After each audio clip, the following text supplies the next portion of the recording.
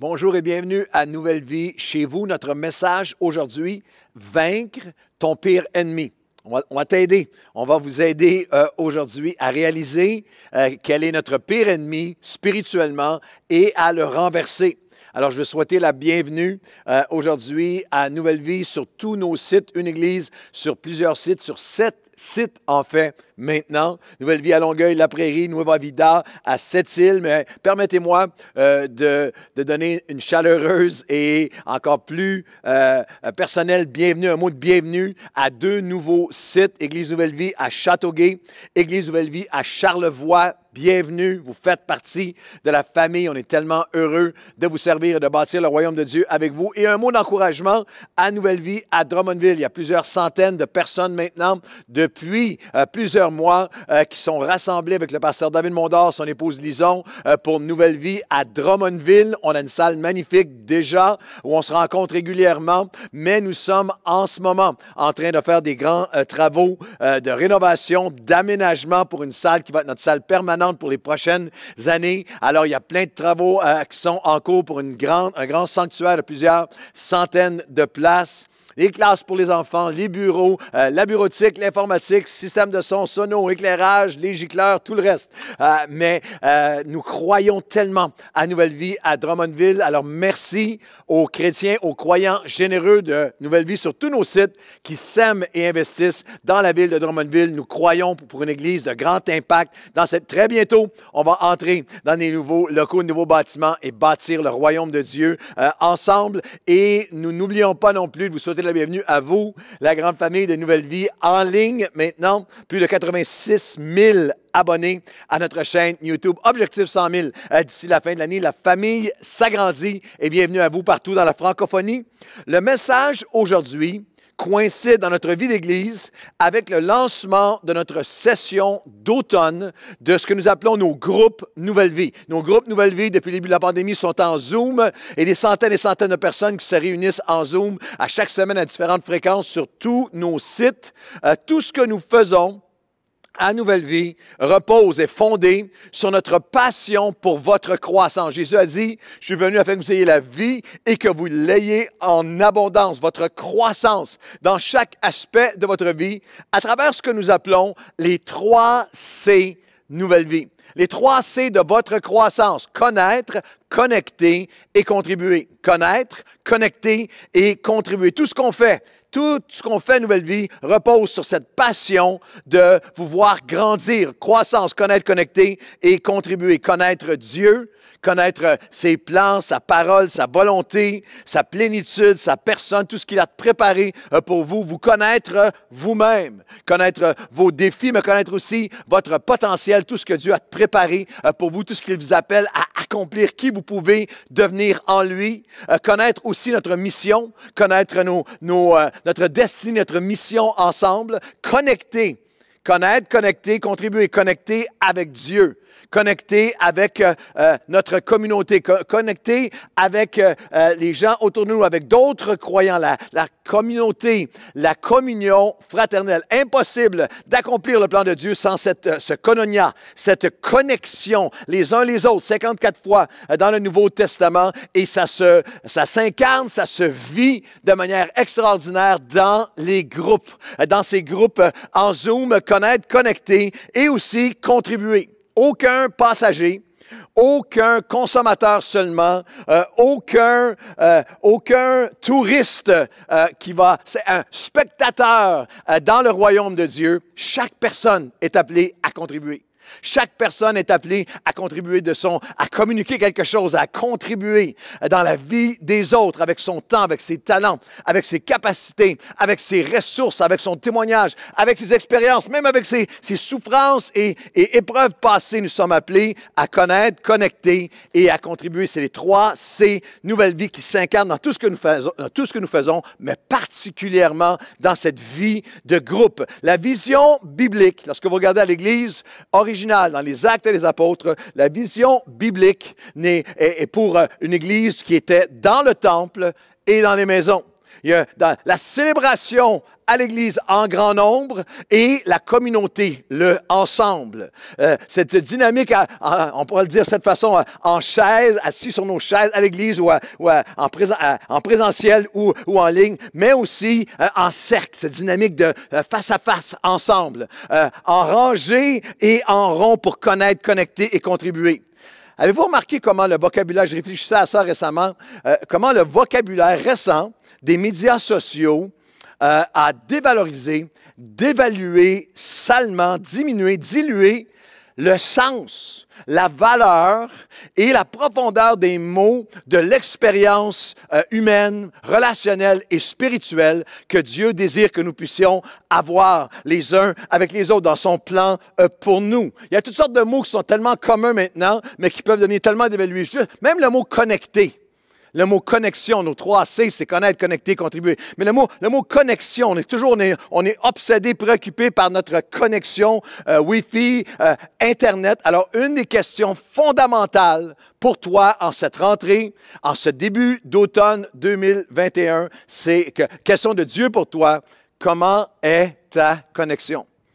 En quel état est ta connexion? Ta connexion, on est obsédé par nos connexions Internet, mais la connexion de mon âme avec Dieu, de mon cœur avec Dieu, connexion avec sa parole, avec sa présence, avec son peuple, avec ses plans pour ma vie. Pensez-y un instant à la dévaluation de l'intention divine, des choses qui sont nobles, qui sont immenses, qui sont réduites à travers un vocabulaire qu'on utilise à chaque jour dans les médias sociaux. La connexion, un ami. J'ai tant d'amis Facebook. Croyez-moi, l'expérience biblique de l'amitié, bien au-delà de combien est-ce que j'ai d'amis Facebook. Partagez. Il y a tout un enseignement biblique sur le partage, koinonia, bien au-delà de j'ai partagé une recette ou j'ai partagé une vidéo d'un petit chat. Un ami, partagé. Des expressions profondes bibliques de tellement immenses de signification. J'aime, j'adore. On envoie une vidéo à quelqu'un, j'adore, j'aime. On se rencontre à 5 heures cet après-midi, j'aime, j'adore. Il y a une adoration, une dimension d'adoration, d'amour, de connexion, de partage que Dieu désire produire et développer dans notre vie, qui s'exprime de manière extraordinaire à travers ces groupes Nouvelle Vie en Zoom. Notre vision des groupes Nouvelle Vie, on a eu plus de 200 groupes, plus de 2000 personnes qui se réunissaient en groupe d'une manière régulière. Notre vision en est une pour 300 groupes en Zoom à Nouvelle Vie sur tous nos sites. Cet automne, en 2020 et 2021, de 200 à aller jusqu'à 300 groupes maintenant. Et si vous voulez de l'info, j'invite tout le monde à aller sur tout simplement à nouvellevie.com/groupe. Nouvellevie.com/groupe pour pouvoir avoir des informations sur comment vous pouvez connecter. Nous avons des dizaines et dizaines de groupes, une variété de groupes extraordinaires. Des groupes pour tous les âges, des groupes d'enfants qui connectent, de jeunes, d'adolescents, de jeunes adultes, des groupes en connexion d'hommes d'affaires, de femmes, de femmes, de couples, pour les personnes du bel âge qui connectent de manière extraordinaire ensemble, pour les nouveaux, pour ceux qui traversent épreuves, pour ceux qui veulent vaincre, des groupes de connexion, d'encouragement, ceux qui veulent vaincre des dépendances, pour des gens d'affaires qui développent leur entreprise et bénéficient de l'expérience les uns des autres, pour ceux qui ont traversé une épreuve, une dépression, un divorce, des crises d'anxiété, pour des centaines et centaines de personnes qui, à chaque semaine, revisitent, partagent, digèrent ensemble, incarnent ensemble, s'approprient ensemble, vont s'appliquer ensemble les messages qui sont apportés les dimanches à Nouvelle Vie. Et le message d'aujourd'hui est plus qu'un message en fait. Ça vient directement de mon cœur et je crois, du cœur de Dieu, mon cœur pastoral. Et ce message trouve ses racines dans ma plus grande préoccupation et prière pour vous depuis le début de cette pandémie. Le titre du message, c'est « Vaincre ton pire ennemi ». Et écoutez-le comme un avertissement, comme un appel du cœur de Dieu pour chacun d'entre nous, avec aussi cette question. Est-ce que tu connais quel est ton pire ennemi spirituellement? Connaître, c'est quoi mon pire ennemi spirituellement? Depuis le début de cette pandémie, on entend beaucoup les expressions distanciation sociale, la dynamique de distanciation ou de confinement. mais notre pire ennemi spirituellement est la distanciation ou le confinement spirituel et relationnel. Vous avez peut-être déjà entendu parler de ce terme théologique, le péché originel, trouvé dans la Genèse chapitre 3. Mais sachez qu'avant le péché originel, il y avait le piège originel. Et le piège originel dans Genèse 2, 18, le Seigneur dit, « Il n'est pas bon que l'homme soit seul. » Que l'être humain soit seul. Dieu a vu à créer. La création est magnifique. Cela est bon, cela est bon. Mais il n'est pas bon que l'homme soit seul. Le premier problème et pire piège de l'être humain, avant même la tentation et la chute avec l'ennemi, c'est le piège, c'est l'ennemi, c'est le piège de l'isolement, de la solitude. Pourquoi est-ce que je propose, pourquoi est-ce que la Bible enseigne que l'isolement est notre pire ennemi? Parce que l'isolement social et spirituel augmente et multiplie de façon exponentielle tous nos autres défis et problèmes. Pensez-y un instant. Tout est pire, tout est magnifié, tout est empiré, tout est de manière exponentielle rendu plus difficile par l'isolement. Le péché, la peur, l'anxiété, les attaques spirituelles, les attaques sur notre mariage, notre couple, la colère, les dépendances, les frustrations, l'orgueil, l'incrédulité, l'aveuglement, l'endurcissement, tout est amplifié, est rendu pire et devient notre pire ennemi parce qu'il empire tous les autres défis et combats de nos vies. L'Ecclésiaste, chapitre 4, verset 8, Salomon qui était à son époque l'homme le plus riche du monde, mais aussi à une certaine époque de sa vie, un homme de sagesse, la sagesse de Salomon, l'homme le plus sage du monde, lorsqu'il arrive à la fin de sa vie, il parle de lui-même. C'est vraiment autobiographique. Il dit ceci dans Ecclésiaste 4.8. « J'ai encore vu une autre futilité sous le soleil. Voici un homme seul, avec personne proche de lui. Il n'a ni fils ni frère.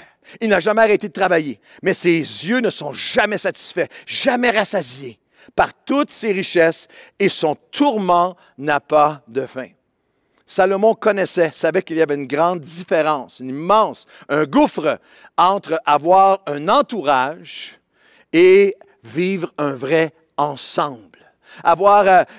Il comprenait la différence entre une vie de consommation, mais le vide, si elle est sans communion, sans communauté, sans connaître, connecter et sans contribuer dans la vie l'un de l'autre. Il connaissait la différence, le vide entre la richesse lorsqu'il n'y a pas de relation, les possessions, la sécurité, sans personne de proche, spirituellement. Le travail intense, mais avec un tourment intérieur. La vie à vitesse grand V d'activité, sans de vraies amitiés.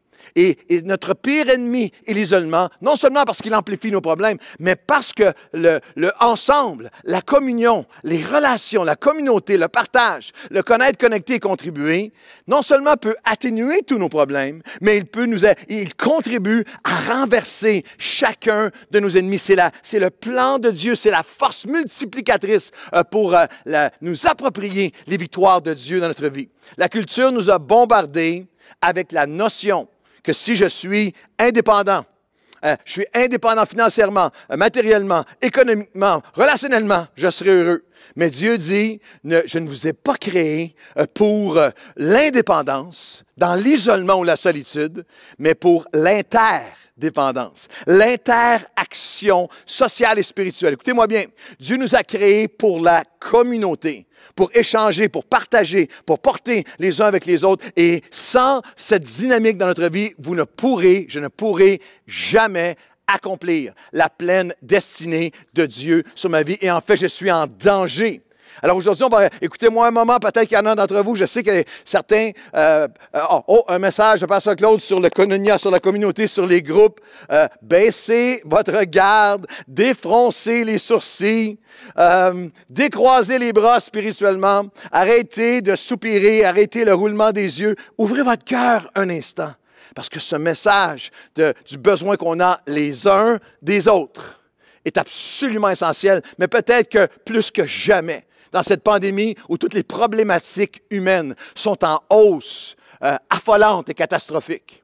Idéations suicidaires sont en hausse, anxiété, consommation d'alcool, de cannabis, de calmants, hausse de violence conjugale, hausse de tensions sociales et raciales, de division. Je le répète, c'est le cœur du message aujourd'hui. L'isolement est notre pire ennemi. Et vous vous posez la question de Dieu que vous entendez aujourd'hui, c'est comment se porte ta connexion avec Dieu et est-ce que tu réalises à quel point tu as besoin des autres et les autres ont besoin de toi. Et nous allons regarder aujourd'hui, alors on va écouter Jésus, l'enseignement de Jésus, mais à un moment tellement crucial des évangiles. Vous connaissez la séquence, la crucifixion, le vendredi saint, la crucifixion et la résurrection le dimanche après 3 ans de son ministère terrestre. Mais là, on se retrouve dans l'évangile de Jean et on va regarder les chapitres 13 à 17 où c'est la dernière conversation, c'est le jeudi soir. C'est le dernier souper de Jésus.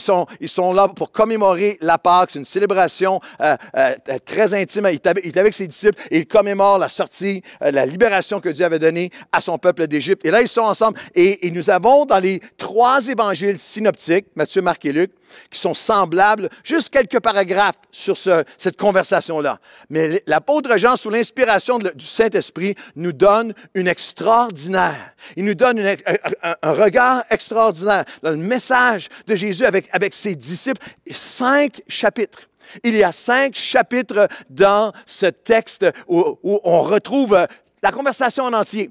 Ce qui a pris place avant le repas, pendant le repas, après le repas. Et il y a dans ces 5 chapitres, il y a des principes absolument essentiels de connexion pour vaincre notre pire ennemi. Et le repas commence, le texte commence dans Jean 13, avec ce qui était coutume à l'époque.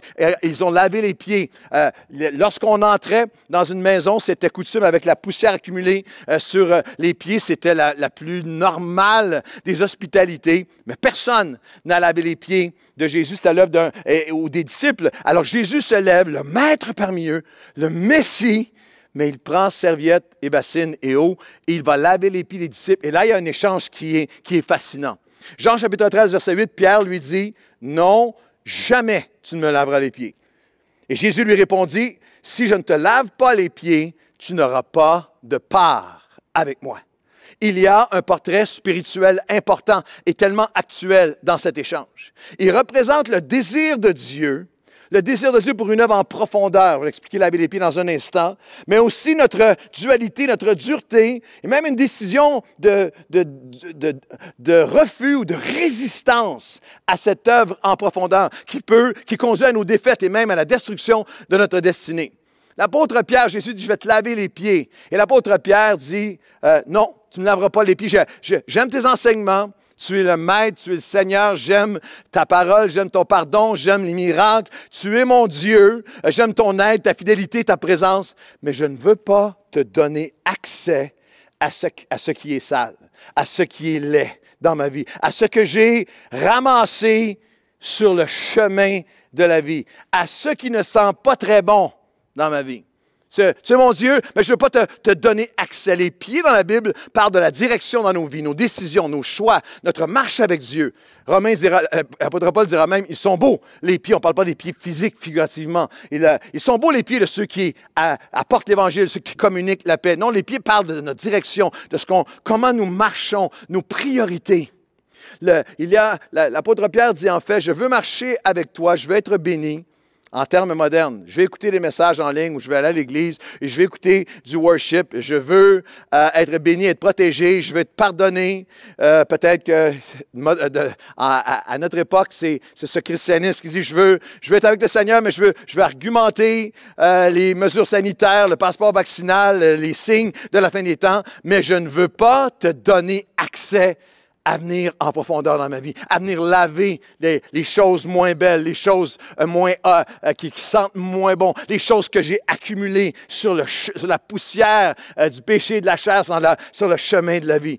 Pierre dit, jamais tu ne me laveras les pieds, mais la réponse de Jésus est hallucinante. Si je ne te lave pas les pieds, si tu ne me donnes pas cet accès, tu n'auras pas de part avec moi. Il n'y a qu'une part de moi, de mon œuvre de transformation, de ma richesse, de mon flot, de ma vie, de mon esprit en toi qui va être perdu. Alors la question de Dieu, c'est es-tu prêt à laisser Jésus entrer, nettoyer et faire une œuvre en profondeur? Es-tu prêt à entendre quel moyen le Seigneur veut utiliser? Quel moyen il veut utiliser pour faire cette œuvre dans nos vies? Dans les chapitres 13, 14, 15, 16 et 17, dans les 5 chapitres, il y a plusieurs principes. Cette dernière conversation ultime jusqu'à Gethsémani, juste avant la croix, chaque chapitre développe un thème sur l'importance des relations authentiques, saines et tellement bénéfiques, et sur les dangers de l'isolement et pourquoi notre pire ennemi est l'isolement et pourquoi nous avons besoin les uns des autres. J'ai besoin des autres et les autres ont besoin de moi. Et le premier principe, on va regarder 3 principes ensemble. Le premier, c'est que j'ai besoin de quelqu'un pour m'entourer quand je traverse une épreuve. Jésus commence dans Jean 13 cette conversation de la Pâque juste avant la crucifixion en disant, après qu'il eut lavé les pieds et qu'il eut pris ses vêtements, il se remit à table et leur dit, « Comprenez-vous ce que je vous ai fait? Vous m'appelez Maître et Seigneur, et vous dites bien, car je le suis. Si donc je vous ai lavé les pieds, moi le Seigneur, le Maître, vous devez aussi, manquez pas ça, vous devez aussi vous laver les pieds les uns des autres, car je vous ai donné un exemple afin que vous fassiez comme je vous ai fait. On ne parle pas de symbolique seulement de lavage de pieds extérieurs. On parle d'une œuvre de connexion, une œuvre en profondeur, une œuvre d'échange, de partage où nous grandissons, où Dieu se sert les uns des autres pour faire son œuvre dans nos vies. Car je vous ai donné un exemple afin que vous fassiez comme je vous ai fait. Et il termine ce passage en disant, si vous savez ces choses, c'est une chose de savoir, mais si vous savez ces choses, et vous allez être bénis, pourvu que vous les pratiquiez. J'ai besoin de quelqu'un pour m'entourer quand je traverse une épreuve. Oui, Jésus dit, oui, je suis votre maître, votre Seigneur, mais votre marche avec moi, elle est incomplète jusqu'à ce que vous arriviez à ouvrier vos vies à ce chemin, ces pieds qui se sont lavés mutuellement, cette œuvre où nous contribuons à une somme instrumentée par Dieu, utilisée par Dieu pour cette œuvre en profondeur dans nos vies et nous refusons l'isolement dans toutes les saisons de nos vies, mais particulièrement dans les épreuves. Depuis les 28 ans de Nouvelle Vie, c'est un fondement de l'Église. On a commencé les groupes dès le début, mais jamais plus vrai que depuis ces dernières années et demie, 15 mois, 16 mois, 17 mois de pandémie. Depuis le début de la pandémie, un des miracles, un des paradoxes miraculeux de Dieu pendant la pandémie à Nouvelle Vie, c'est que le nombre de personnes qui se sont joints à un groupe et expérimenté cette œuvre en profondeur à travers les épreuves qu'on traverse tous ensemble a explosé. Parce que maintenant, pendant cette saison encore, que les réunions sont en Zoom, il y a toute une porte d'entrée extraordinaire. Dieu change le mal en bien. Parce que les groupes en Zoom sont une entrée magnifique. C'est pour des gens qui ne pouvaient pas aller à un groupe, pour des gens qui revenaient du travail, de se déplacer, aller chez quelqu'un, revenir, qui n'était même pas concevable pour eux. On a des enfants, le voyagement, le retard, les enfants, la gardienne, tout ça. Maintenant, simplement se branchant en ligne, simplement en se joignant à un Zoom. Et franchement, pour plusieurs personnes, c'est moins intimidant. C'est moins intimidant d'aller dans un groupe que je ne connais pas, où là, je suis en Zoom et des centaines découvrent cette œuvre et ces rencontres qui sont, bien sûr, sécuritaires, sanitaires, mais aussi en Zoom pour un soutien sincère et profondément spirituel à travers nos épreuves. L'Ecclésiaste dit de cette façon, Ecclésiaste 4.10, « Deux valent mieux qu'un, parce qu'ils recevront une grande richesse pour ce qu'ils traversent ensemble. » Il y a une richesse qu'on peut découvrir même dans nos épreuves lorsqu'on la traverse avec quelqu'un. Car si un tombe, l'autre l'aide et le relève. C'est le désir de Dieu, c'est le plan de Dieu. Mais malheur à celui ou à celle qui est seul et qui tombe, qui traverse son épreuve sans avoir un autre ou une autre pour le relever. La Bible n'est pas négative ou pessimiste, elle est réaliste. Nous allons traverser des épreuves dans nos vies. Personne, dans le cœur de Dieu, personne ne devrait traverser une épreuve seul. Personne ne devrait traverser cette pandémie seul. Personne ne devrait traverser quelle que soit l'épreuve.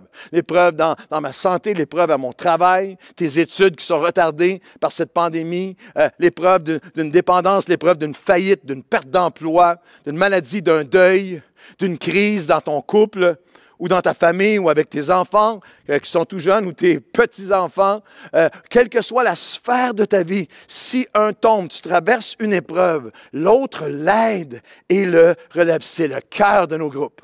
Romains 12, 13 à 15 le dit de cette façon. Ne vous croyez pas au-dessus de tout. Ne rendez pas le mal pour le mal. Réjouissez-vous avec ceux qui se réjouissent.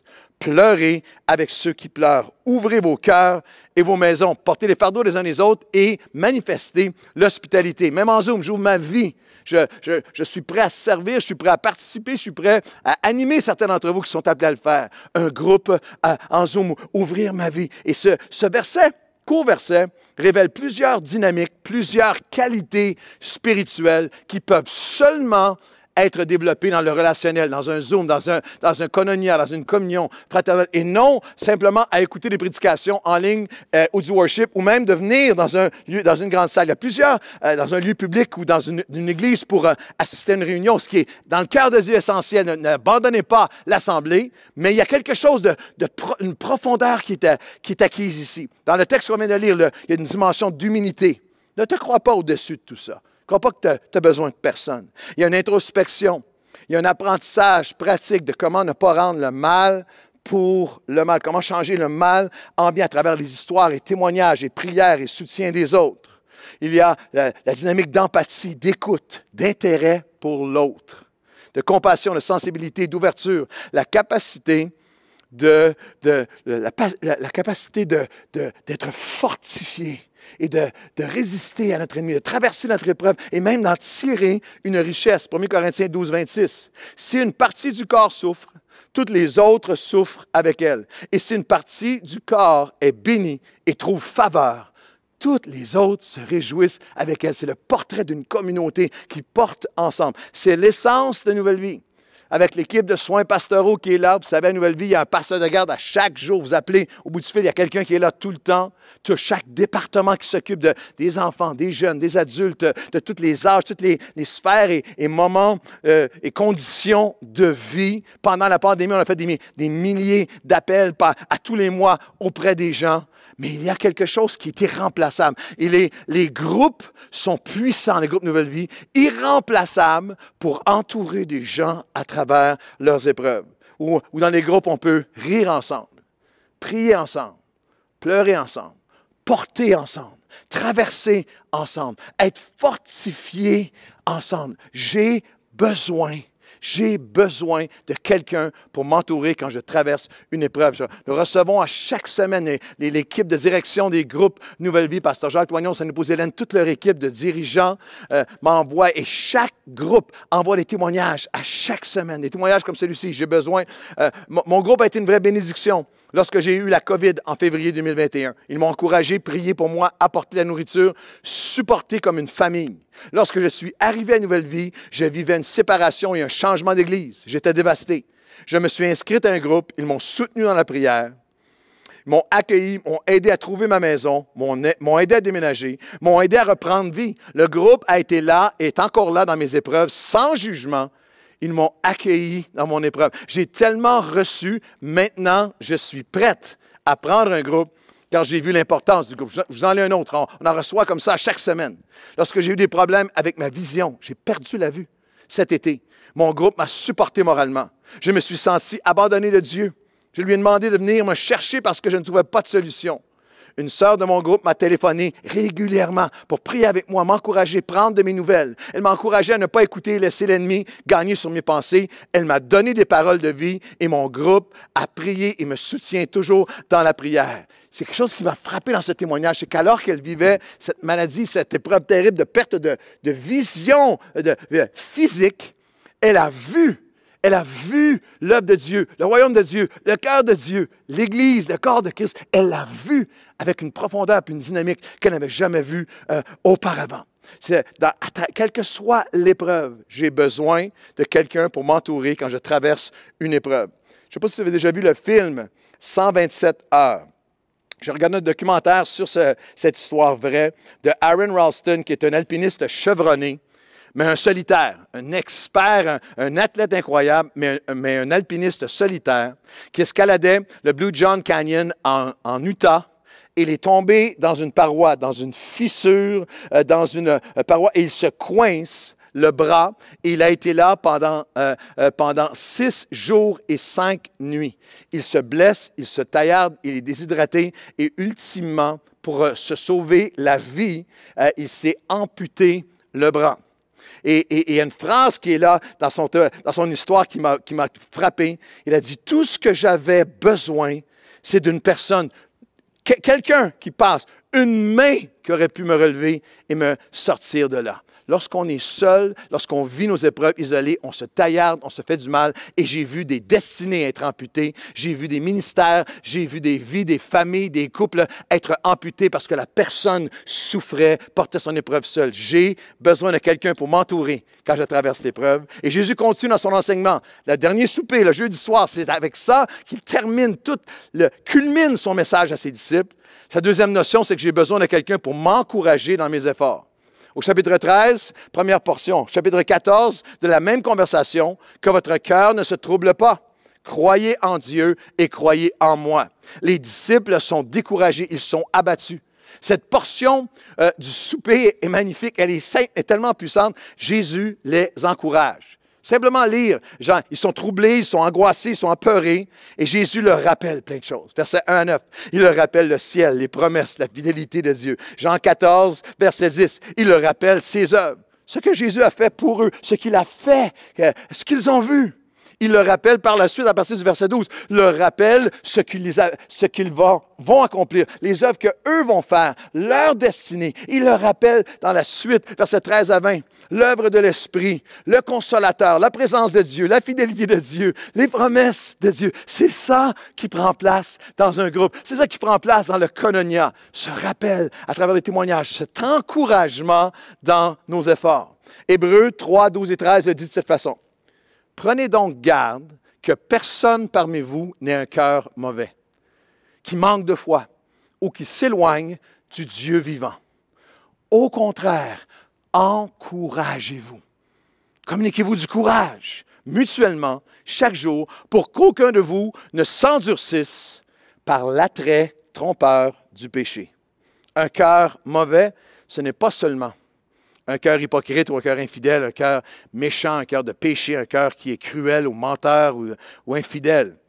Le cœur mauvais peut être simplement un cœur en mauvais état, un cœur blessé, un cœur offensé, un cœur qui traverse une saison de sécheresse, un cœur usé, un cœur qui a été déçu, un cœur qui vit un deuil, un cœur qui est découragé, qui est fatigué, qui est usé, un cœur impatient, un cœur qui est devenu colérique, un cœur ingrat, un cœur qui manque de foi, qui s'éloigne du Dieu vivant, qui est endurci et en danger d'être trompé par l'attrait, le mensonge trompeur du péché. Encourager dans tous mes efforts. J'ai besoin de quelqu'un pour m'encourager dans mes efforts. Encourager, c'est élever l'esprit au-dessus de.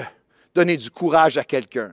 L'aider, le stimuler à persévérer, à continuer, à avancer pour que personne ne s'endurcisse par l'attrait trompeur du péché. Pensez un instant, on a tous vécu ça. De traverser une saison difficile ou un moment de la journée. C'est pas seulement quand je traverse une épreuve, c'est juste qu'en ce moment, ça ne va pas. Et juste comment une parole, quelqu'un qui arrive avec... Moi, j'essaie de faire ça à la journée longue. J'essaie de communiquer la vie par mes paroles continuellement. Parce que je l'ai vécu, parce que je sais à quel point c'est puissant, à quel point une parole d'encouragement peut... J'étais un moment avant abattu et une parole d'encouragement, en Zoom ou en personne, une parole d'encouragement, et je suis prêt à traverser, à défoncer les murs et à gravir les montagnes pour Dieu. Celui qui court seul court vite. Celui qui court avec quelqu'un court plus loin. Il est encouragé. Et croyez-vous vraiment que vous êtes quelqu'un qui n'avez pas besoin de cette parole d'encouragement? Croyez-vous vraiment que vous n'avez pas une parole d'encouragement à communiquer à quelqu'un? Lorsqu'on parle, lorsqu'il dit « encouragez-vous » afin de ne pas être endurci, aveuglé par l'attrait trompeur du péché, pensez-vous vraiment que ça ne peut pas vous arriver? Pensez-vous vraiment que vous êtes au-dessus de ça? L'attrait trompeur du péché qui se magnifie, se décuple dans l'isolement. Attention, l'isolement spirituel, ce n'est pas une question d'entourage. Ce n'est pas une question, l'isolement spirituel qui est toxique et dangereux, n'est pas une question de est-ce que tu es marié ou célibataire. Tu peux être marié et vivre un isolement terrible. Tu peux être célibataire et avoir vraiment ce ensemble, avoir une communion réelle avec des gens autour de toi. Ce n'est pas une question de combien d'amis tu as sur Facebook ou combien de gens sont autour de toi, ou même si tu vas à l'Église, à quel point Dieu veut que nous soyons là, en présentiel à l'Église. Mais tu peux être assis pendant des années à l'Église si tu n'ouvres jamais ta vie. Si tu n'ouvres jamais ton cœur. La Bible, tu es en danger. La Bible, la parole de Dieu est limpide et sans détour. Les plus grands hommes de Dieu de la Bible, hommes et femmes de Dieu, de la Bible, ont souffert et ont succombé alors qu'ils se sont laissés aller à l'isolement, alors qu'ils se sont isolés, ont été en confinement prolongé. La Bible est remplie d'histoires très, très, très transparentes, très directes sur les plus grands. Ne pensez jamais que vous êtes au-dessus de ça, que l'attrait trompeur du péché ne peut pas vous atteindre. Abraham était le père, appelé le père de la foi. Mais dans son moment d'isolement, il a bousillé, il a brisé ses vœux, a traité son épouse d'une façon, a agi d'une manière qui a déchiré son mariage, déchiré sa relation avec son épouse. Moïse était appelé l'ami de Dieu. Mais dans un moment d'isolement, seul, son tempérament colérique, son tempérament intempestif, impulsif a pris le dessus. Et au début de sa vie et à la fin de sa vie, c'est l'isolement et la colère, encore une fois, qui n'est sans encouragement.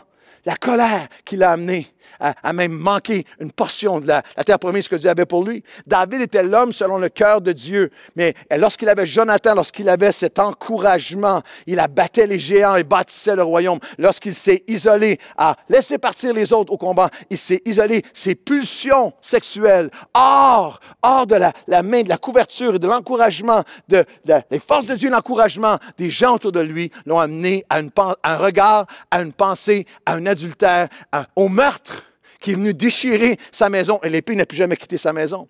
Élie, le prophète de Dieu, qui avait appelé le feu du ciel, avait vu des victoires hallucinantes dans le chapitre suivant.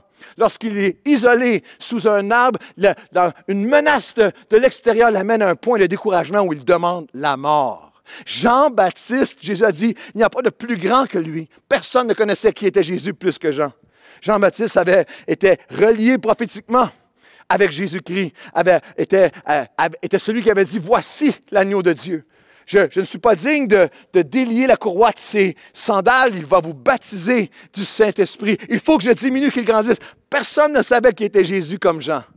Mais lorsqu'il est isolé dans son donjon, dans sa prison, l'Évangile nous dit qu'il a envoyé des messagers pour demander à Jésus, est-ce que c'est toi ou il faut en attendre un autre? L'isolement multiplie toutes ces tares, toutes ces fautes, toutes ces tentations, toutes ces possibilités de perdre la destinée de Dieu. C'est pourquoi j'ai besoin de quelqu'un pour m'encourager dans mes efforts. Même dans mes efforts comme homme, dans mes efforts comme mari, dans mes efforts comme père, comme parent, dans mes efforts, dans les bonnes décisions que j'ai prises, dans des disciplines de vie. J'ai besoin d'encouragement dans mon intégrité, dans mes efforts que je sois marié ou que je sois célibataire, dans mes efforts pour marcher avec Dieu, dans mes efforts pour être intègre, dans mes efforts pour terminer mes études, dans mes efforts pour être fidèle, pour être droit, dans mes efforts contre mon passé qui essaie de revenir, me reprendre, dans mes efforts d'aimer, de pardonner, de marcher avec Dieu, de le servir, d'accomplir, d'être l'homme, la femme que Dieu que je sois. J'ai besoin de quelqu'un pour m'encourager dans mes efforts face à l'ennemi de mon âme. Et c'est la dernière pensée.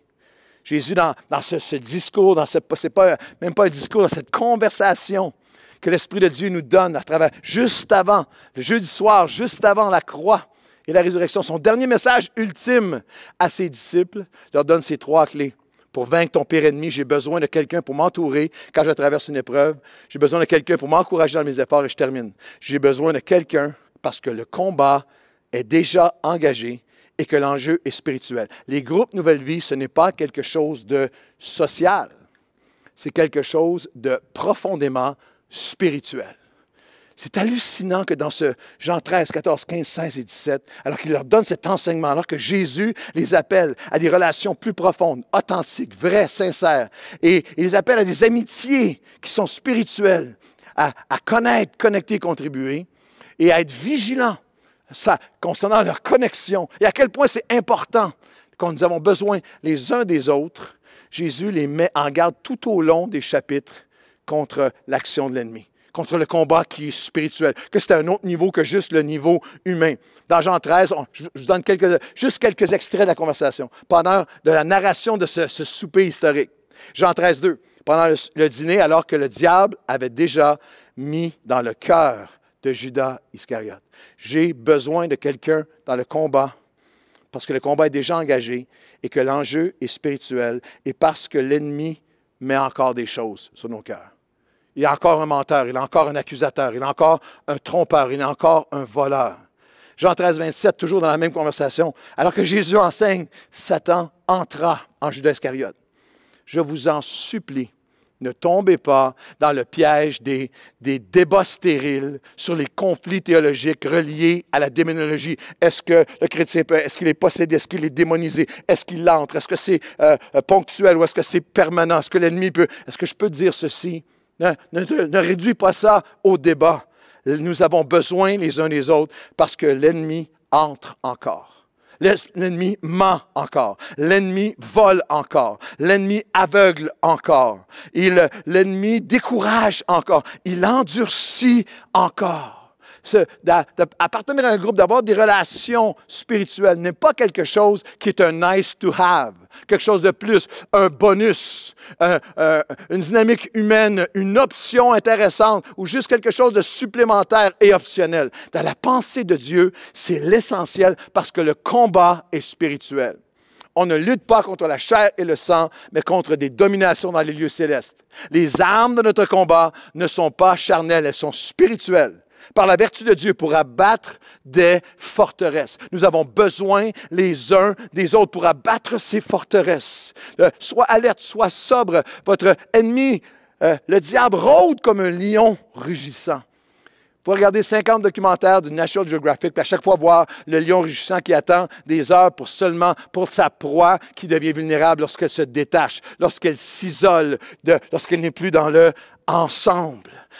Jésus n'a jamais promis de nous prier pour qu'on soit enlevé du monde, mais qu'à travers le ensemble, on peut s'élever au-dessus des attaques de l'ennemi. Toujours dans la même conversation, Jean 14. Père, je ne te demande pas de les enlever du monde, mais de les garder de l'ennemi. Père, je prie afin qu'ils soient un, comme Père, tu es en moi et moi, je suis en toi. La vie chrétienne, selon Jésus, ce n'est pas une vie isolée de bunker où nous maudissons et méprisons le monde extérieur. Non, dans le ensemble, nous sommes fortifiés pour nous tenir au milieu de ce monde. C'est lorsque je suis dans le ensemble que l'ennemi ne trouve rien en moi et que le prince de paix me donne victoire à chaque jour sur le prince de ce monde. Toujours la même conversation. Et c'est le défenseur, le Saint-Esprit, que le Père envoie en mon nom, dit Jésus. Le prince de ce monde vient. Il y a une réalité au combat spirituel, mais il n'a rien trouvé en moi qui lui appartienne. J'ai besoin de l'un et de l'autre. J'ai besoin de quelqu'un dans ma vie spirituellement, pas seulement dans mes épreuves, parce que j'ai besoin d'encouragement, mais pour me protéger, comme une protection spirituelle. Dans la même conversation, vers la fin de la conversation du souper, Jésus leur dira, je vous ai parlé ainsi, je vous ai enseigné tout ça, afin qu'il n'y ait parmi vous aucune cause de chute, de scandale, de scandalizo. Ce qui fait en sorte qu'une personne chute, s'éloigne, tombe, s'endurcit, devient une déception pour elle-même et pour d'autres, et cause d'autres personnes de s'éloigner de Dieu. Il y a une clé du combat spirituel de protection dans le ensemble. Ecclésiaste 4.12. Une personne qui se tient seule peut être attaquée et vaincue. Et si quelqu'un est plus fort qu'un seul, tu traverses quelque chose, un ennemi en ce moment, ton ennemi qui est dans cette sphère-là de ta vie, elle semble dominer, deux ensemble peuvent lui résister et renverser l'ennemi, car la corde a 3 brins. Moi, quelqu'un et Dieu ne se rompt pas facilement. J'étais aux États-Unis récemment, il y avait dans un quartier, il y avait toutes ces pancartes de Neighborhood Watch. C'est un programme de protection communautaire. Des gens qui s'engagent les uns vers les autres pour protéger leurs propriétés matérielles. Je méditais ce message que je m'apprêtais à vous partager. Je disais, Seigneur, tu as un programme de protection de notre âme, protection spirituelle, protection les uns des autres. Lorsque quelque chose est trop fort pour moi en ce moment, avec toi et avec quelqu'un avec moi, la corde à trois brins ne se brise pas facilement. J'arrive à la fin. Après avoir consacré son dernier repas, sa dernière conversation avec ses disciples et les convaincre de l'importance de connaître, connecter et contribuer, avec ces mots, heureux allez-vous être, si vous connaissez ceci et si vous le pratiquez, là-dessus, Jésus prie pour eux et après ça, il nous modèle lui-même, nous rappelle dans son humanité, dans son incarnation, que lui aussi a eu l'humilité de reconnaître ses besoins des autres et face à ce qui était devant lui, c'est le dernier, il passe directement du souper à prier pour ses disciples et là-dessus, Jésus alla avec eux dans un lieu appelé Gethsémani, le lieu du pressoir, de la pression qu'on traverse tous. Et il dit aux disciples, asseyez-vous ici pendant que je m'éloignerai pour prier. Et il prit avec lui Pierre et les deux fils de Zébédée et il commença à éprouver de la tristesse et des angoisses. Il leur dit alors, mon âme est triste jusqu'à la mort, restez ici, veillez et priez avec moi. Jésus, dans son humanité, a eu cette humilité. Il nous a donné ce modèle. Est-ce que je vais, comme Jésus, dire, ou oser dire, dans mes saisons à moi, dans mes épreuves à moi, dans ce que je traverse, genre que j'ai besoin d'encouragement, quand j'ai besoin d'être entouré dans mon épreuve, mais aussi pour être protégé de mon ennemi. Venez, j'ai besoin d'aide. Viens prier avec moi. Le royaume de Dieu, c'est des relations. Des photos qui vont apparaître en terminant de personnes qui sont importantes dans ma vie. Le pasteur Samuel Lecomte, qui est mon père spirituel. Le pasteur Marc Lecomte, qui est mon frère spirituel. 40 ans d'amitié, de combat ensemble. On est là dans la vie l'un de l'autre avec nos enfants, dans chaque étape de la vie, enfant, adolescent, adulte, combat, bâtir le royaume de Dieu. 40 ans d'amitié. Cet après-midi, juste avant que je vienne pour prêcher, parce que Marc est venu me faire signer quelque chose et m'a dit ces mots. You doing okay? Ça va bien? Oui, ça va.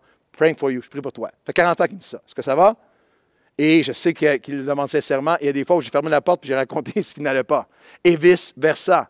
Et praying for you. Et je sais qu'il prie vraiment pour moi. Et lorsque je regarde ces photos de pasteur Sam Lecomte, Marc Lecomte et moi, une ancienne lorsqu'on était on est parti pour le collège biblique, la plus récente qui est là, je pense à un moment, vous savez, pasteur Sam a sauvé ma vie en me présentant l'Évangile et a ouvert le royaume de Dieu dans ma vie. Mais moi, j'ai déjà sauvé la vie de pasteur Sam. Nous étions ensemble en Côte d'Ivoire, après des semaines de prédication, et on avait une journée ou un après-midi même de congé, et on est allé à une plage en Côte d'Ivoire magnifique, juste pasteur Sam et moi, on était là en mission, et le pasteur, très responsable, nous avait dit, attention, n'allez pas nager loin, le ressac est complètement hallucinant, c'est très, très dangereux, il y a plusieurs personnes qui se sont noyées. Mais les Québécois en Côte d'Ivoire, on connaît plus que les Ivoiriens. Alors, après un certain temps, il faisait tellement chaud, c'était tellement beau, on s'est lancé, puis on est allé de plus en plus loin. Et après un certain moment, moi, je nageais et je me suis tourné et j'ai vu pasteur Sam, il était plus loin au large que moi, avec une terreur sur son visage. Puis il m'a raconté par la suite que ça faisait longtemps qu'il essayait de nager pour revenir vers le parasol qu'on avait, puis il se voyait avec le ressac toujours s'éloigner de plus en plus, étant emporté vers la mer.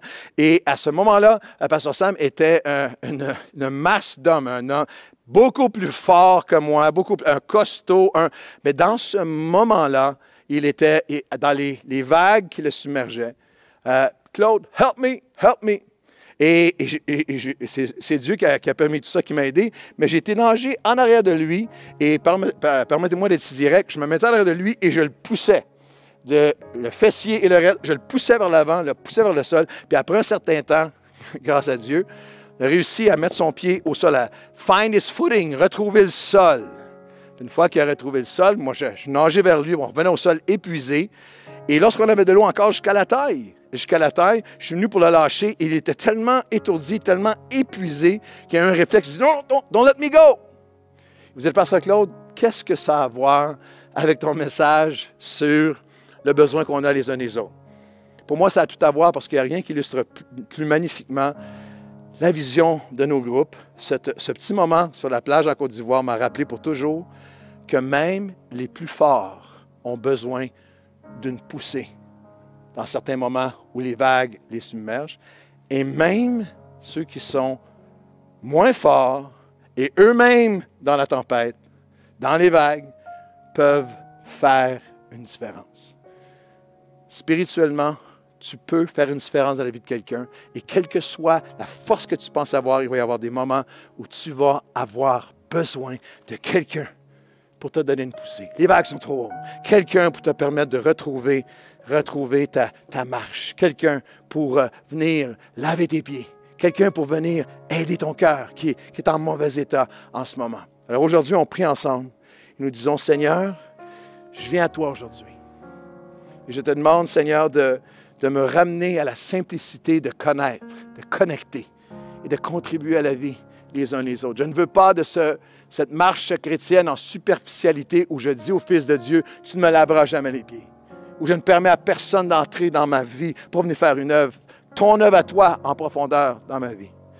Seigneur, j'ai besoin de quelqu'un pour guérir mon cœur, pour contribuer, pour aider. Il y a une saison, je traverse une saison en ce moment où mon cœur a besoin d'être aidé, d'être colmaté, d'être encouragé.